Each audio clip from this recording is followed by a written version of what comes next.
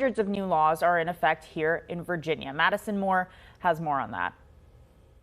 Some of those laws include online age verification and establishing universal license recognition. Once the online verification law goes into effect, porn websites will have to verify Virginia users are at least 18 years old before getting access, helping adult websites avoid lawsuits. And when the universal license recognition law goes into effect, it will allow workers that have a license in other states to come to Virginia to work. Two other laws include notifying parents about school bullying and stopping misleading trade practices by ticket resellers. Starting tomorrow, public school principals have to tell parents or guardians if their child is involved in any alleged bullying incident within a day. And when the new law about misleading ticket trade practices goes into effect, it will ban platforms from using trademarked or other markings of any operator without consent. This law will help people from getting scammed.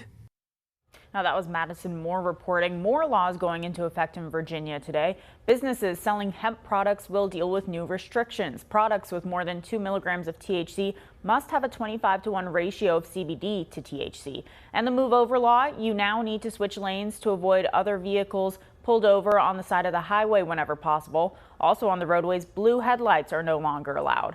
Plus, police chiefs can now order a 24-hour curfew if they feel there's an imminent threat of dangerous civil commotion or disturbance. And swatting calls or fake 911 calls are now a Class 1 misdemeanor, which can lead to a $2,500 fine.